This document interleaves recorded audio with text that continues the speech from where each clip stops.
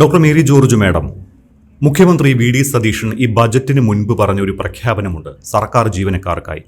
ബജറ്റിൽ സർക്കാർ ജീവനക്കാർക്ക് വിസ്മയം ഉണ്ടാകുമെന്നാണ് അദ്ദേഹം പറഞ്ഞത്. പക്ഷേ ഈ ബജറ്റിൽ വിസ്മയം സർക്കാർ ജീവനക്കാർക്കൊന്നും കണ്ടില്ല. അതെന്തുകൊണ്ടാണ് അങ്ങനെ സംഭവിച്ചത്?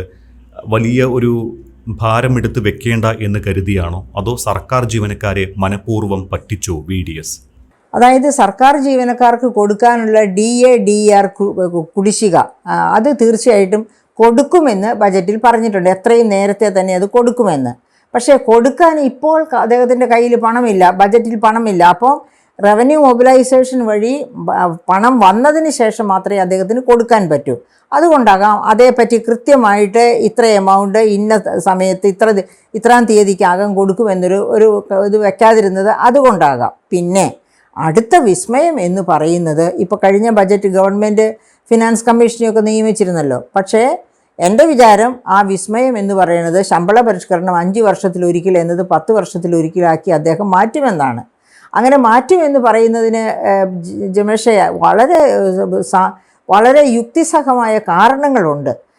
ഇപ്പം ആദ്യത്തെ ഒരു കാരണം ഞാൻ ചെറുതായിട്ടൊന്ന് സൂചിപ്പിക്കാം. അതായത് 2021 നടത്തിയ ശമ്പള പരിഷ്കരണത്തിൻ്റെ ശേഷം വന്ന DAയും ശമ്പള പരിഷ്കരണത്തിൻ്റെ കുടിശ്ശിക എന്നാ കൊടുത്തതെന്നറിയാമല്ലോ. ഈ തദ്ദേശ സ്വയംഭരണ ഇലക്ഷൻ വരുന്നതിന് അസംബ്ലി ഇലക്ഷൻ ഡിക്ലെയർ ചെയ്യുന്നതിന് തൊട്ട് മുമ്പാണ് കൊടുക്കുമെന്നും പറഞ്ഞ് ഒരു ഡേ ഫിക്സ് ചെയ്ത് പിന്നെ ശമ്പള പരിഷ്കരണത്തിലെ കുടിശ്ശിക, അതായത് 5ാമത്തെ വർഷമാണെന്ന് ഓർക്കണം. അടുത്ത ശമ്പള കമ്മീഷനെ നിയമിച്ചതിന് ശേഷമാണ് ആ 11ാം ശമ്പള കമ്മീഷൻ്റെ കുടിശ്ശിക കൊടുത്തു തീർക്കുന്നത്.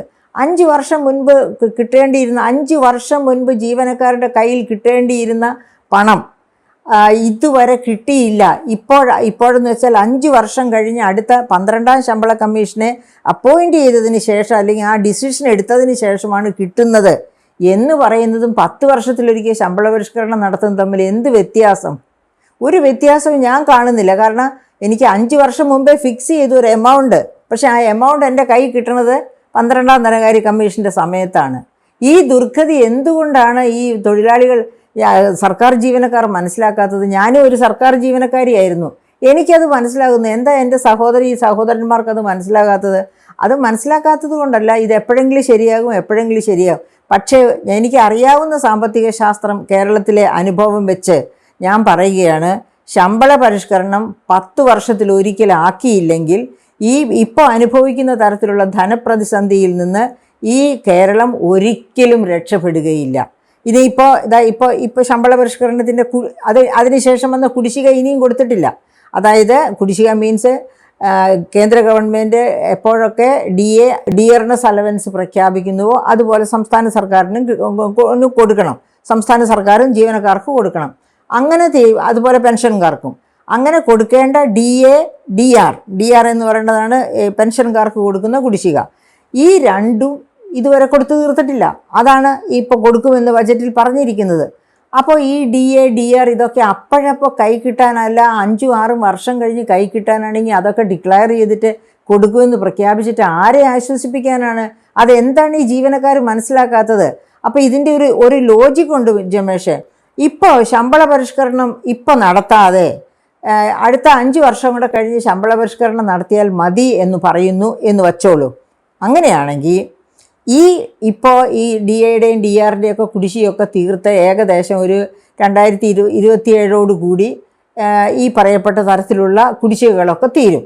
2027 കഴിഞ്ഞ് 2-3 വർഷം കൊണ്ട് നമ്മുടെ ഈ ഭാരം, അതായത് റവന്യൂ കമ്മി, ഈ പിന്നെ FRBM ആക്ട് കൊണ്ടുവന്നത് തന്നെ റവന്യൂ കമ്മി 0 ആക്കാനാണ്. റവന്യൂ വരുമാനവും റവന്യൂ ചെലവും ഒരുപോലെ ആകുക. അതാണ് പിന്നെ FRBM ആക്ടിൻ്റെ അന്തസത്ത. അങ്ങനെ സംഭവിക്കണമെന്നുണ്ടെങ്കിൽ ശമ്പള പരിഷ്കരണം 10 വർഷത്തിലൊരിക്കലാക്കണം. ഇനി ശമ്പള പരിഷ്കരണം 10 വർഷത്തിലൊരിക്കലാക്കിയത് ബാക്കി എല്ലാ സംസ്ഥാനങ്ങളിലും 10 വർഷത്തിലൊരിക്കലാണ്. അവിടെയൊക്കെ ഇപ്പോഴും റവന്യൂ കമ്മി 0 ആയിട്ടില്ല കേട്ടോ. അത് അവരുടെ പിടിപ്പുകേട് കൊണ്ടാകും. പക്ഷേ റവന്യൂ കമ്മി 0 ആക്കാൻ പറ്റും ശമ്പള പരിഷ്കരണം 10 വർഷത്തിലൊരിക്കലാക്കിയാൽ. അത് മാത്രവുമല്ല, ശമ്പള പരിഷ്കരണം നടത്തുന്ന ആ സമയം തന്നെ ഇവർക്ക് കൊടുക്കേണ്ട പരിഷ്കരണത്തിനനുസരിച്ചുള്ള ശമ്പളവും പെൻഷനും ഒക്കെ കൊടുക്കാനും പറ്റും. അപ്പോൾ തന്നെ അത് പെൻഡിങ്ങിൽ കിടക്കില്ല, അത് 5 വർഷം കഴിഞ്ഞ് കിട്ടും എന്ന അവസ്ഥ വരില്ല. അങ്ങനെ ശമ്പള പരിഷ്കരണം നടത്തുന്നതല്ലേ സംസ്ഥാന ഖജനാവിനും സംസ്ഥാനത്തിനും നല്ലത് എന്ന് വെച്ചാൽ ഇപ്പോൾ ഈ പറഞ്ഞ ശമ്പള പരിഷ്കരണം ഇപ്പോൾ വേണ്ട എന്ന് വിചാരിച്ച് ശമ്പള കമ്മീഷനെ പിരിച്ചുവിട്ടു എന്ന് വെച്ചോളൂ. അപ്പോൾ 2026-27 ഈ കുടിശ്ശികകളെല്ലാം കൊടുത്തു തീർക്കുന്നു. 27-28 മുതൽ അടുത്ത ശമ്പള പരിഷ്കരണം വരെയുള്ള 4 വർഷം, ആ 4 വർഷവും ഖജനാവിലെ കുറച്ച് മിച്ചം വരും, റവന്യൂ മിച്ചം വരും. റവന്യൂ കമ്മി ഉണ്ടാവില്ല, റവന്യൂ മിച്ചം വരും. ആ റവന്യൂ എടുത്ത് നമുക്ക് മൂലധന ചെലവിന് വേണ്ടി ഉപയോഗിക്കാം. ഇപ്പോൾ റവന്യൂ മിച്ചമില്ലെന്ന് മാത്രമല്ല, റവന്യൂ ചെലവിന് വേണ്ടി പോലും കടം മേടിക്കുന്നു. അതായത് CAG പറഞ്ഞിരിക്കുന്നത് ഓർക്കണം, അത് ചില വർഷങ്ങളിൽ കടം മേടിക്കുന്നതിൻ്റെ 98% ഇൻട്രസ്റ്റ് പലിശ കൊടുക്കാനാണ് ചെലവഴിക്കുന്നതെന്നാണ് CAG റിപ്പോർട്ട് ചെയ്തിരിക്കുന്നത്. അപ്പോൾ കടം മേടിക്കുന്നത് എന്തിനാണ്? സാമ്പത്തിക ശാസ്ത്ര പ്രകാരം കടം മേടിക്കുന്നത് മൂലധന നിക്ഷേപത്തിന് മാത്രമായിരിക്കണം. ഇവിടെ കടം മേടിക്കുന്നതിൻ്റെ 98% പലിശ കൊടുക്കാൻ വേണ്ടി വരുന്നു. പലിശ എന്ന് പറയുന്നത് റവന്യൂ ചെലവാണ്, അതല്ലാതെ മൂലധന ചെലവല്ല.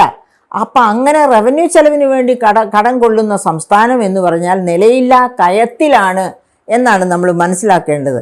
അങ്ങനെയാണെങ്കിൽ മാം, നിലയില്ലാ കയത്തിലാണ് എന്ന് പറയുമ്പോൾ തന്നെ എനിക്ക് ചോദിക്കാനുള്ളത്, നേരത്തെ മാഡം സൂചിപ്പിച്ച് വന്നതാണ് എങ്കിൽ കൂടി ഈ സതീഷിന്റെ ആദ്യ ബജറ്റിൽ ഒരുപാട് പദ്ധതികളെക്കുറിച്ച് പറയുന്നുണ്ട് എങ്കിലും ഈ ധനാഗമന മാർഗങ്ങളെക്കുറിച്ച് കൃത്യമായി പറയുന്നുണ്ടോ? വരുമാനം വർദ്ധിപ്പിക്കാനുള്ള മാർഗങ്ങളെക്കുറിച്ച് കൃത്യമായിട്ടൊരു നിർദ്ദേശമുണ്ടോ? അതാണ് നമ്മളിവിടെ ചിന്തിക്കേണ്ട കാര്യം. എന്തുകൊണ്ടാണ് അദ്ദേഹം അതിൽ മൗനം ദീക്ഷിക്കുന്നത്?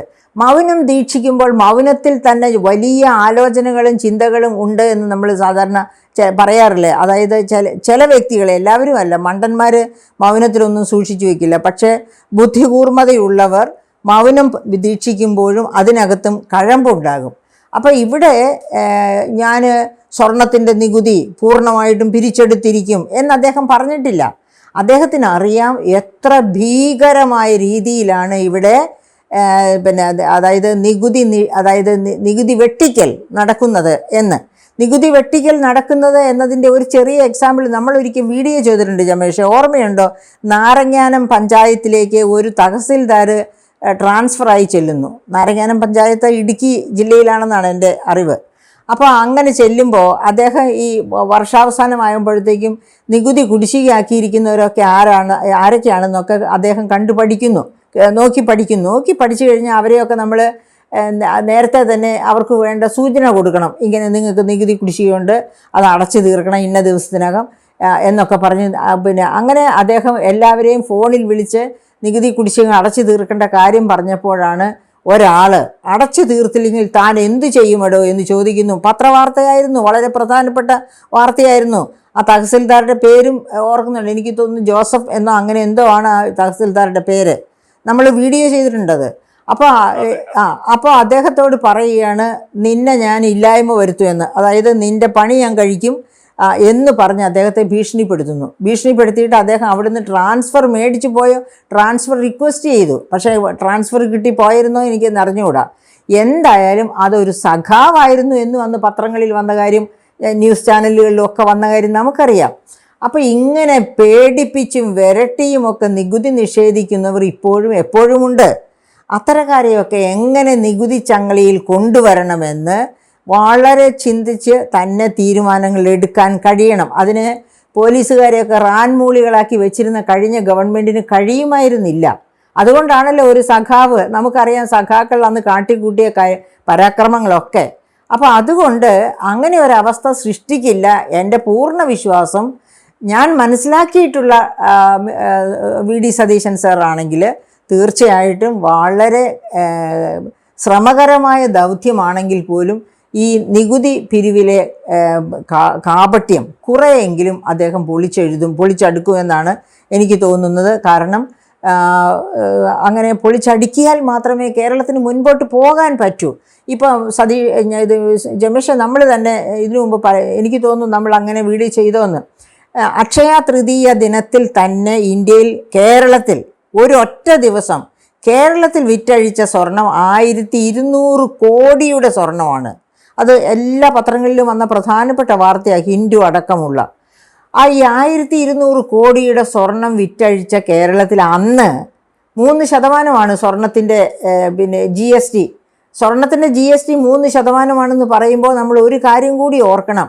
നിത്യോപയോഗ സാധനങ്ങൾ പാക്കറ്റഡ് ആണെങ്കിൽ, കല്ലുപ്പ് പോലും പാക്കറ്റഡ് ആണെങ്കിൽ 5% GST കൊടുക്കണം. അപ്പോഴാണ് ഈ സ്വർണ്ണ വജ്ര ആഭരണങ്ങൾക്ക് 3% GST വെച്ചിരിക്കുന്നത്. അപ്പോൾ എന്തുകൊണ്ടാണ് അങ്ങനെ സ്വർണ്ണം പിന്നെ ഇതിന് GST കുറച്ച് വെച്ചതെന്ന് ചോദിച്ചാൽ അതിനൊരു യുക്തിയുണ്ട്. അതായത് കോടിക്കണക്കിന് ആൾക്കാരാണ് രാജസ്ഥാനിൽ, UP, ഗുജറാത്തിൽ ഒക്കെ ഈ സ്വർണ്ണ വജ്ര ബിസിനസ്സിൽ, ആഭരണ നിർമ്മാണത്തിൽ ഏർപ്പെട്ടിരിക്കുന്ന തൊഴിലാളികൾ. അപ്പോൾ അത്ര പേർക്ക് തൊഴിൽ കൊടുക്കുന്ന ഒരു വ്യവസായമാണ് നമ്മളുടെ പിന്നെ ഫോറിൻ എക്സ്ചേഞ്ച് വരുമാനത്തിൻ്റെ 20% സ്വർണ്ണ വജ്ര കയറ്റുമതിയിൽ നിന്നാണ് കിട്ടുന്നത്. ഈ 2 പ്രമുഖ കാരണങ്ങൾ കൊണ്ടാണ് ഇതിൻ്റെ GST ഇത്ര കുറച്ച് വെച്ചിരിക്കുന്നത് എന്നതുകൊണ്ട് നമുക്കത് സഹിക്കാവുന്നതാണ്. അപ്പോൾ അങ്ങനെയുള്ള ആ 3 പിന്നെ എന്താ പറയുക ശതമാനം GST പോലുമാണ് ഈ വെട്ടിച്ചു പോകുന്നത് എന്നതാണ് ഏറ്റവും സങ്കടകരം. അപ്പോൾ അങ്ങനെ GST വെട്ടിച്ചു പോകുന്ന കേരളത്തിൽ, കേരളത്തിൻ്റെ സ്വർണത്തിൻ്റെ കൺസംഷനും നമ്മൾ പലപ്പോഴും പറയാറുള്ളതാണ്. വേൾഡ് ഗോൾഡ് കൗൺസിലിൻ്റെ കണക്കനുസരിച്ച് ഏറ്റവും കൂടുതൽ, അതായത് ഇന്ത്യയിലേക്ക് ഔദ്യോഗികമായി വാങ്ങിക്കുന്ന സ്വർണത്തിൻ്റെ 20% വിറ്റഴിക്കുന്നത് കേരളത്തിലാണ്.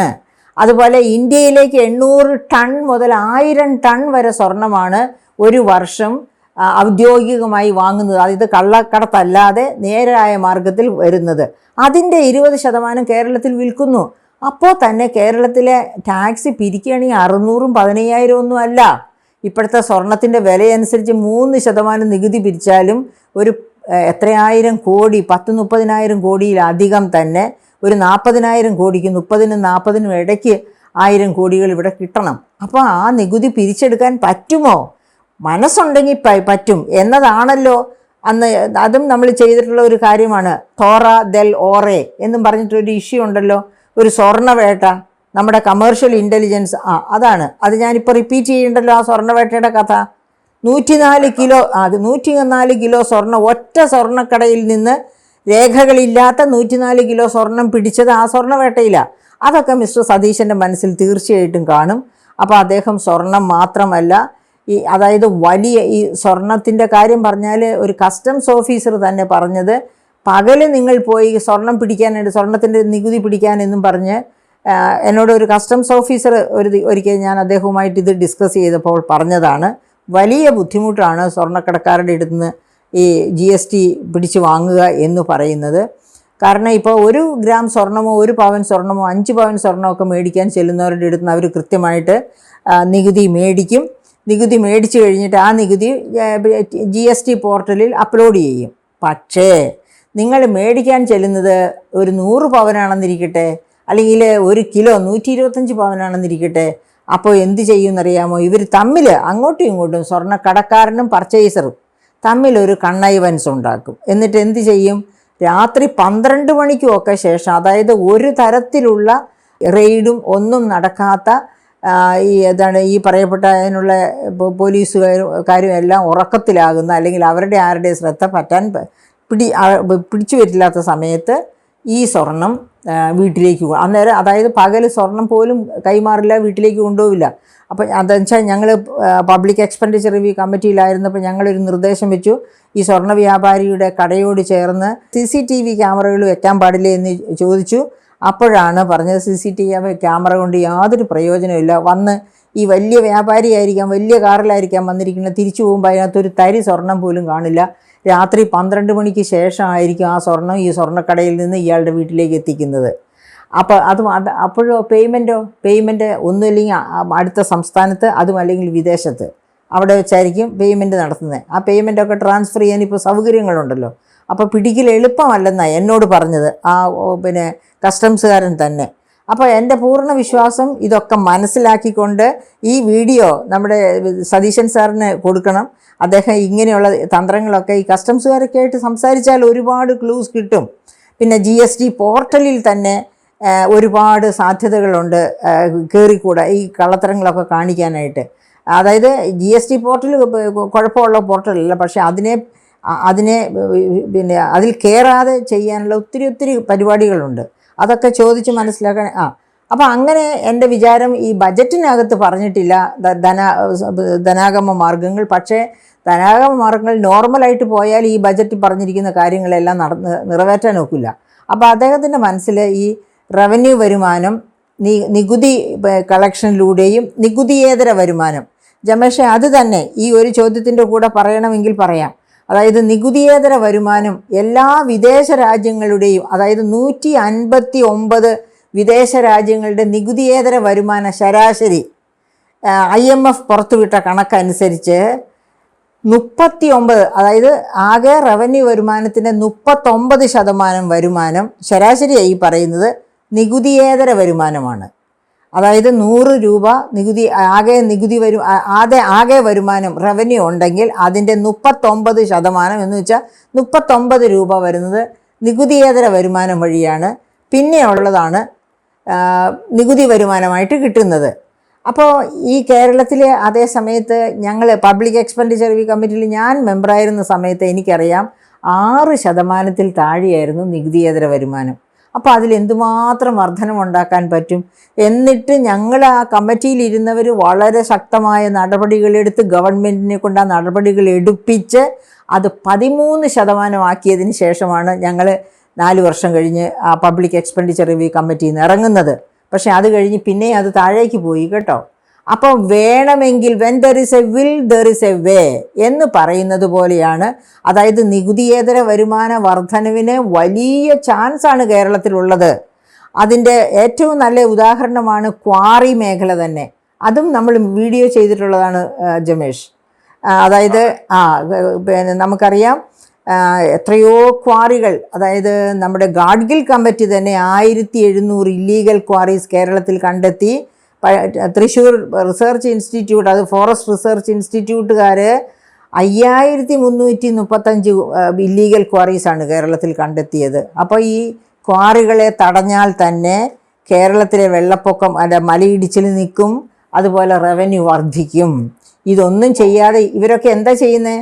ഇവരൊക്കെ സാധാരണ തദ്ദേശ സ്വയംഭരണ സ്ഥാപനങ്ങളെ ഈ ക്വാറികൾ പോഷിപ്പിക്കും, അവിടെയുള്ള പോലീസ് ഉദ്യോഗസ്ഥരെ പോഷിപ്പിക്കും. അങ്ങനെയാണ്. ഇപ്പം നമുക്കറിയാമല്ലോ CMRLൻ്റെ കേസ്. അത് CMRL ഒരു മേജർ മിനറലാണ്. Major mineral. അതേ സമയത്ത് നമ്മുടെ സാൻഡ്, അതായത് മണലും ക്വാറിയുമാണെങ്കിൽ മൈനർ മിനറൽസാണ്. മൈനർ മിനറൽസിൻ്റെ റോയൽറ്റി പോകേണ്ടത് സംസ്ഥാന ഗവൺമെൻറ്റിനാണ്. മേജർ മിനറൽസിൻ്റെ റോയൽറ്റി പോകേണ്ടത് കേന്ദ്ര ഗവൺമെൻറ്റിനാണ്. അപ്പോൾ ഈ CMRL കേസ് ഉണ്ടായത് എങ്ങനെയാണെന്നറിയാമോ? ഇതിൻ്റെ അകത്ത് ഇൻക്ലൂഡ് ചെയ്ത് പറയാം. ഈ CMRL കേസിൻ്റെ CMRLൻ്റെ ഈ റെയർ എർത്ത് വാരിയെടുക്കുന്നതിൻ്റെ, ഖനനം ചെയ്യുന്നതിൻ്റെ വരുമാനമൊന്നും നമ്മുടെ ഖജനാവിലേക്ക് വരില്ല. അപ്പോൾ സാധാരണ രീതിയിൽ നമ്മുടെ രാഷ്ട്രീയക്കാർക്കും ഒന്നും അതിൻ്റെ ഷെയർ കിട്ടില്ല. അപ്പോൾ സാധാരണ നോക്കുകൂലിക്കാരും ഒക്കെ ചാടി വീഴും. അങ്ങനെയുള്ളവരെ ചാടി വീഴാതെ സൂക്ഷിച്ച് നിർത്താനാണ് CMRL എത്ര പോക്കറ്റുകളിലേക്ക് പണം കൊടുത്തു എന്ന് നമുക്കറിയാമല്ലോ. നമ്മൾ പത്രത്തിൽ കണ്ടതാണ് ഒരുപാട് പേരുകൾ. അപ്പോൾ അങ്ങനെ ഒക്കെ ക്വാറി എന്ന് പറയുന്നത് വലിയ ഖനന മേഖല. അത് മേജർ മിനറായാലും മൈനർ മിനറായാലും ഒരു സ്വർണ്ണ ഒരു കൊള്ളയ്ക്കുള്ള സാധ്യതയുള്ള സ്ഥലമാണ്. കൈക്കൂലിക്കാരുടെ ഒരു സങ്കേതമാണ്. അതാണ് ഞാൻ ഉദ്ദേശിച്ചത്. അപ്പം ഇതിനൊക്കെ തടയിട്ട് റവന്യൂ മൊബിലൈസ് ചെയ്ത്, അതായത് നികുതി വരുമാനത്തിലും നികുതിയേതര വരുമാനത്തിലും വലിയ വർധനവുണ്ടാക്കുക.